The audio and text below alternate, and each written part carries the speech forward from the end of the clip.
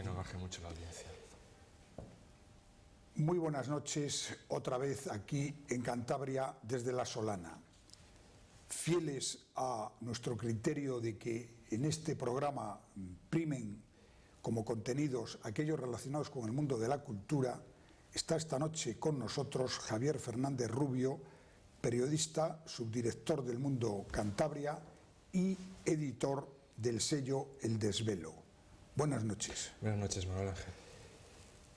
Hablar de libros, hablar de editoriales, es hablar casi hoy en día de heroicidades, de aventuras de incierto futuro y, por supuesto, de negocios más que problemáticos. En primer lugar, me gustaría que contaras a todos nuestros espectadores qué es el sello El Desvelo, qué objetivo tiene esta editorial, que ya ha publicado un buen número de libros, y algunos de ellos con autores más que conocidos y otros que son realmente apuestas por autores poco conocidos en Cantabria, incluso a nivel nacional.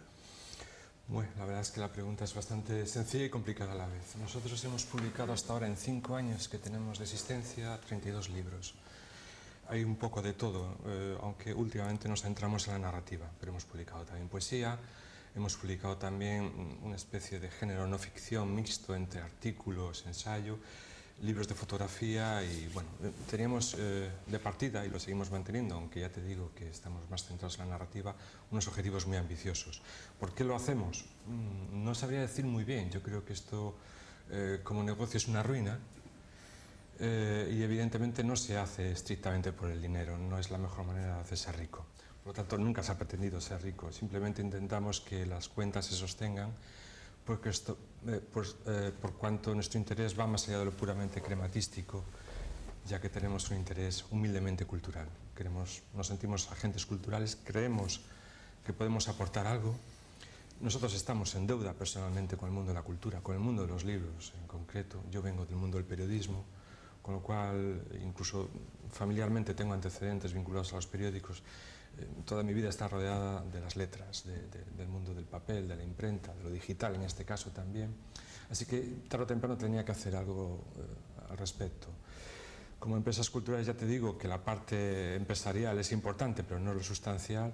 Intentamos llegar a un equilibrio entre lo cultural y lo empresarial. Hasta ahora, en plena crisis, nosotros surgimos durante la crisis, aunque en aquella época nadie sabía que era crisis, hemos conseguido mantenernos. Tenemos una distribución nacional que nos diferencia bastante de otras editoriales en Cantabria. No somos ni mejores ni peores, simplemente que tenemos otra mentalidad. Pensamos en un contexto nacional. Hacemos libros que se puedan leer en cualquier parte de España, que no tengan una temática estrictamente local, aunque los hemos tenido localistas. Tenemos autores cántabros, pero también tenemos gente de fuera, incluso extranjeros. Bueno, hacemos un poco lo que nos apetece, más centrados en la narrativa, pero somos muy instintivos. No sé si respondí a tu pregunta. Sí, en efecto, hay libros como por ejemplo este de un escritor cántabro, pero que es universal, como Jesús Pardo, uno de los grandes novelistas y ensayistas de nuestra región. Otros de extranjeros como Henri Barbús, que le tenemos aquí, un escritor para minorías. Sí, es un libro con una vocación minoritaria, pero teníamos ganas de sacarlo porque era como una espina que teníamos ahí clavada. Creo que es un hombre a recuperar, es una figura totalmente olvidada.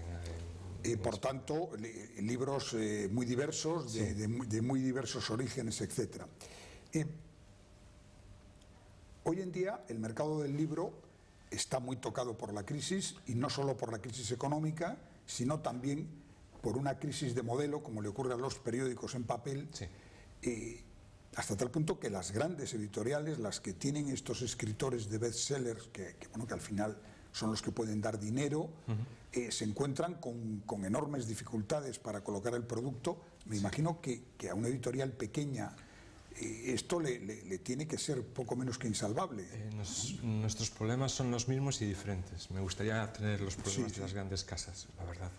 Ellos han tenido que cambiar de esquema mental muy rápidamente y muy a su pesar. Nosotros siempre hemos sido conscientes de nuestro tamaño, de nuestras aspiraciones, con lo cual siempre hemos sido muy cautos. Nosotros no tenemos grandes cifras, no tenemos grandes operaciones de marketing.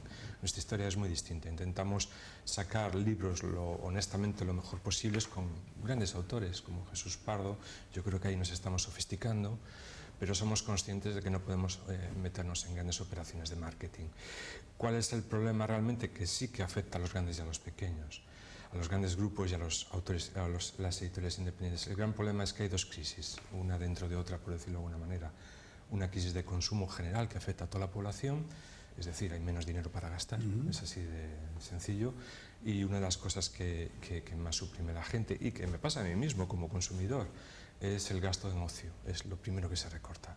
Cine, libros, evidentemente quien lee libros sigue leyendo, pero o lee menos o lee de otra manera.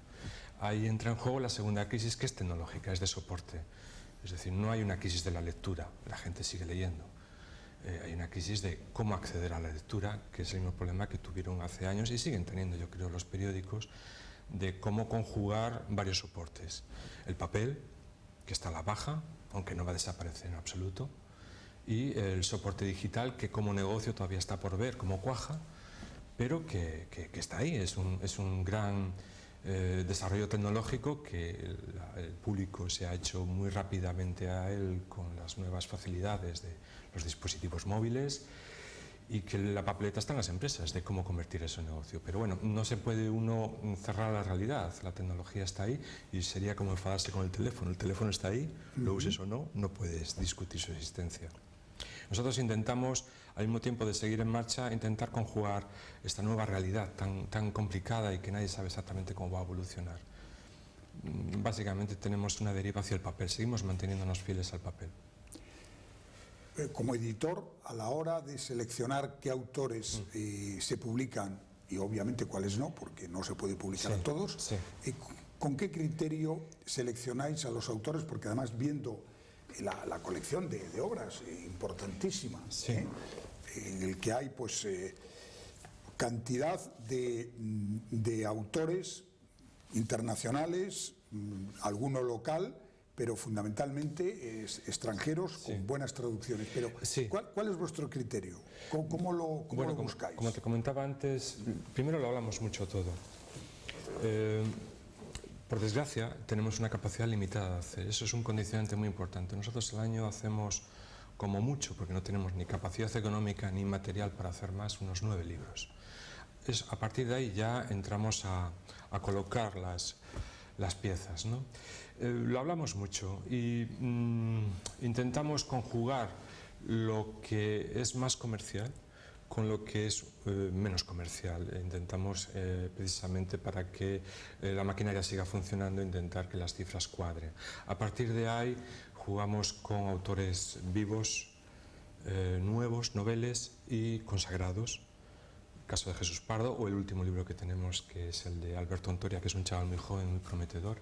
Pero también metemos todos los años 2 o 3 libros de clásicos, pequeños relatos de Flaubert, Asselineau, Mary Wollstonecraft. Son pequeñas obras que no tienen gran desarrollo comercial, pero que a nosotros nos interesa hacerlo porque nos gusta y creemos en ello, y además yo creo que cubrimos modestamente una laguna, ¿no? Hay una tercera parte que son obras de encargo, digamos son encargos institucionales. Nosotros editamos los premios Hierro y editamos el premio Gerardo Diego de poesía, el primero con el Ayuntamiento de Santander y el segundo con el Gobierno de Cantabria. Eso, con cifras muy modestas, porque está todo muy aquilatado, nos permite cierta tranquilidad también a la hora de tener, bueno, pues unos ingresos mínimos. Pero vamos, como empresa te sorprenderías la sencillez de las cifras. Uno de los problemas con los que se encuentran ahora, y tampoco el problema es nuevo, pero yo creo que ahora con la crisis se ha acentuado, es el de los escritores que tienen terminada su obra, su novela, su libro de poesía, y no encuentran editor y terminan o autoeditándolo o cayendo en manos de algunas empresas que, en fin, a mí no me merecen mucho crédito, que poco menos que les prometen que pongan un dinero y que se lo van a editar, etc.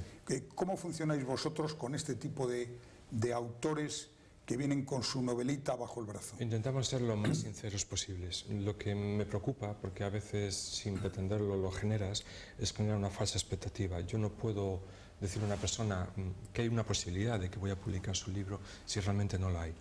Y no la puede haber no porque el libro no se lo merezca, sino porque a lo mejor no tenemos una capacidad de hacerlo, tenemos todo comprometido en un tiempo ya a medio plazo amplio. De hecho, nosotros tenemos ya cerrado la admisión de originales porque es un desborde. Lo que tú dices es una realidad, bueno, pues surrealista. O sea, hay cientos, miles de personas ahora mismo escribiendo con sus libros bajo el brazo. Se les ha generado además una ilusión, la posibilidad precisamente por los soportes tecnológicos de que se pueden autopublicar, que pueden saltarse a la mediación, que pueden saltarse a la gente, al editor, al librero, que es tan sencillo como colgar su libro. ¿Qué ha pasado con esto? Este discurso que ha sido muy propiciado por las plataformas tecnológicas, con lo cual es un discurso interesado de partida, ha generado mucha frustración, porque la gente sí, se les ha facilitado plantillas, lo han publicado, porque está publicado, lo han colgado, pero el resultado es nada. Y es nada porque se suman a un torrente donde hay miles, decenas de miles como ellos. La visibilidad, que es un problema clave para el autor y para todos, es nula. Guste o no, independientemente del soporte, si es papel o digital, tiene que haber un mediador, un prescriptor, un librero, un editor. Simplemente es el que al lector le merece cierta confianza. El lector piensa, si hay una persona que ha invertido su dinero en producir esto, me permite pensar que tiene un valor. Con lo cual, y además hay una parte de guía que yo creo que nunca hay que perder. El editor no es una especie de chupasangres, es una persona que cree en lo que hace y que colabora íntimamente con el autor. Nuestro caso particular es que estamos desbordados, hemos tenido que cerrar el kiosco, por decirlo de alguna manera, porque tampoco queremos generar falsas expectativas. Tenemos una programación y procuramos ceñirnos a ella. No hacemos, mejor dicho, encargos, no somos contratistas editoriales, salvo en esos encargos institucionales que hay, bueno, nos merecen respeto, puesto que proceden de concursos públicos con jurados y por lo tanto nosotros hacemos una labor ahí de contratista, damos forma al libro. En lo demás somos editores puros y duros, es decir, nosotros decidimos qué hacemos y cómo lo hacemos. Por lo general no aceptamos encargos privados, no lo hacemos. Otra cuestión que se plantea en ocasiones es el precio final del libro. El precio original del libro, lo que cuesta pagarle al autor y la edición material, la imprenta, el papel, después cuando llega a la librería ese precio se ha multiplicado por 2, por 3, incluso por 4. Sí. Y es lo que muchas veces no se entiende muy bien. Sí, es decir, ¿cómo puede haber tanto dinero añadido al precio original del libro? Es más, yo creo que hay la opinión común entre los ciudadanos de que los libros son un producto caro. Yo siempre me he intentado pegar con esa opinión, pero tengo que reconocer que es una opinión que está ahí y la gente, a la hora de acercarse a un libro, incluso aquella gente que está acostumbrada a acercarse a los libros, piensa que es un producto caro. No voy a entrar en el tema de compararlo con otras cosas, porque evidentemente muchas personas prefieren otras cosas a los libros, ¿no? Yo creo que el error está en la pregunta que haces. Es reducir el costo del libro al autor. El libro tiene otros costos añadidos. Es decir, el autor, digamos, si un libro fuera una tarta, el autor sería más o menos el 10%. Hay unos gastos corrientes como empresa que hay que repercutir en cada libro. Sería otro piquito de la tarta, otro 10%, 12%. Pero luego tienes al librero, tienes al distribuidor. Entre los dos se puede llevar el 50% de ese precio de venta. Ya estamos hablando de más de media tarta. Todo eso si no tenemos en cuenta a otros intermediarios, como puede ser un traductor, que cobra más o menos igual que un autor, un ilustrador, que dependiendo de lo que se le encargue, pero es gente que suele comer 3 veces al día. Entonces, si te das cuenta, lo que se entiende como costes del libro son bastante caros. Resumiendo, ¿qué se queda el editor para hablar claro? Se suele quedar con un 10% si todo va bien. Si las expectativas de venta no se cumplen, si hay gastos imprevistos, siempre es el editor quien pone de su parte. A diferencia del autor y a diferencia de otros mediadores, como el impresor, que es otro gasto importante, ninguno de ellos puede que no ganen dinero, pero seguro que no pierden. El editor puede perder dinero con el libro. Claro, pero si precisamente la pregunta que se hace a la gente no es que es también, el libro es caro, sobre todo es cómo es posible que el 50%, el 60% incluso, se vaya en lo que no es esencial en el libro, que no es ni el editor, ni el autor, ni la imprenta, ni el ilustrador, sino en la distribución comercial. Bien, bueno, esa pregunta me la hago yo, pero es una ley de mercado. Digamos que ellos tienen unas infraestructuras que tú no tienes. De hecho, es una parte de la cadena del libro a la cual el editor no puede alcanzar por su propia voluntad. Es decir, yo puedo elegir una imprenta, pero no puedo elegir un librero, no puedo elegir un distribuidor. Es el distribuidor o el librero quien te elige a ti, quien decide distribuir tus libros. Con lo cual ya estamos en una dinámica puramente de mercado comercial, donde quien impone su ley es quien tiene una posición más de fuerza. El distribuidor tiene una posición de fuerza puesto que tiene una logística, tiene unos gastos y es muy sencillo. O quieres o no quieres, pero él pone sus condiciones. Nosotros somos editores pequeños y no tenemos una posición de fuerza como las grandes casas, que tienen incluso sus propias estructuras. Con el librero pasa algo parecido. Hay libreros y libreros. Evidentemente hay libreros que también apuestan por lo independiente, pero por lo general son personas que tienen negocios con unos gastos corrientes, con unos establecimientos, unos gastos de personal, que es la manera de justificar que cobren de cada libro pues el 20, el 30% de lo que se saque por él. Desde nuestro punto de vista, y eso que las cosas yo creo que están cambiando, puesto que la venta online cada vez va más hacia arriba, eso condiciona la relación con ellos. Ellos tienen una posición de fuerza que nosotros carecemos, por lo tanto, la mayor parte de la venta del libro va a ellos.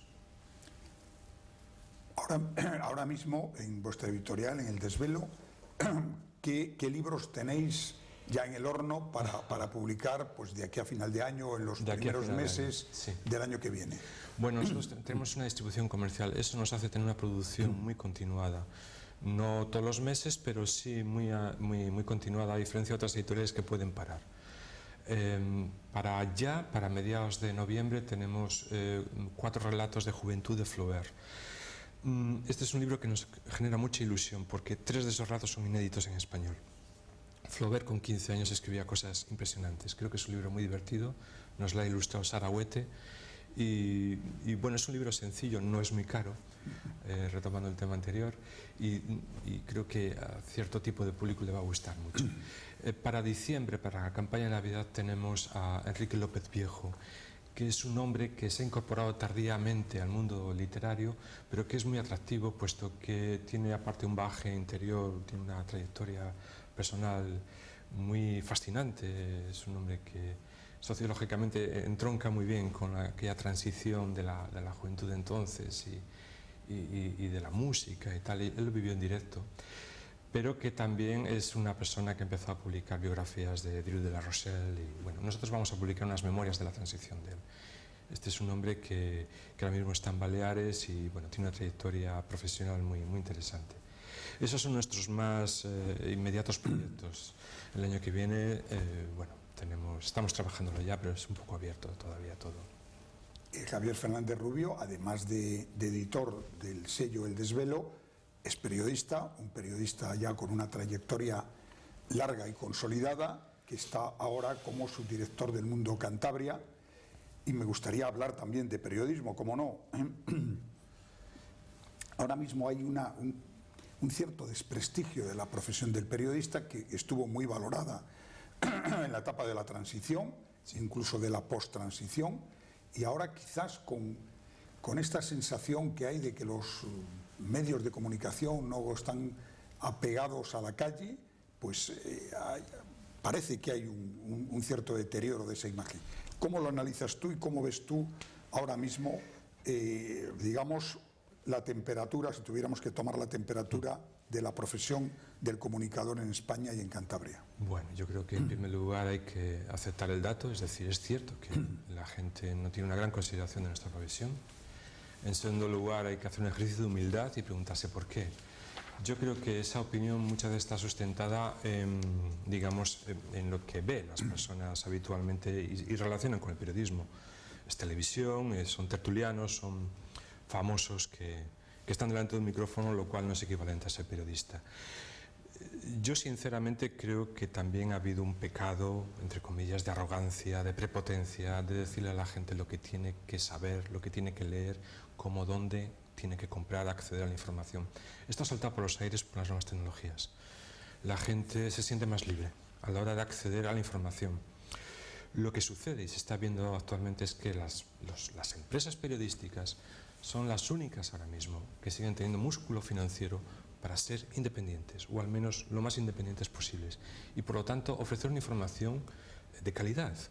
Es decir, casos como el de Bárcenas, o la financiación, o el ébola, al final, por mucho blog que haya, por mucha internet que haya, al final siempre el lector va a buscar la información buena y se la va a seguir ofreciendo las empresas periodísticas clásicas. Por lo tanto, yo creo que como función el periodismo sigue existiendo y sigue teniendo su necesidad. El problema es tecnológico, es cómo convertir esos nuevos hábitos, ese nuevo acceder al público desde la humildad en un negocio, en cómo hacer rentables esas empresas. Y en eso están surgiendo nuevas empresas digitales, periodísticas, muy serias, con los mismos criterios periodísticos de respeto y a la noticia y al lector, y están fraguando actualmente. Yo creo que ese es un poco el futuro.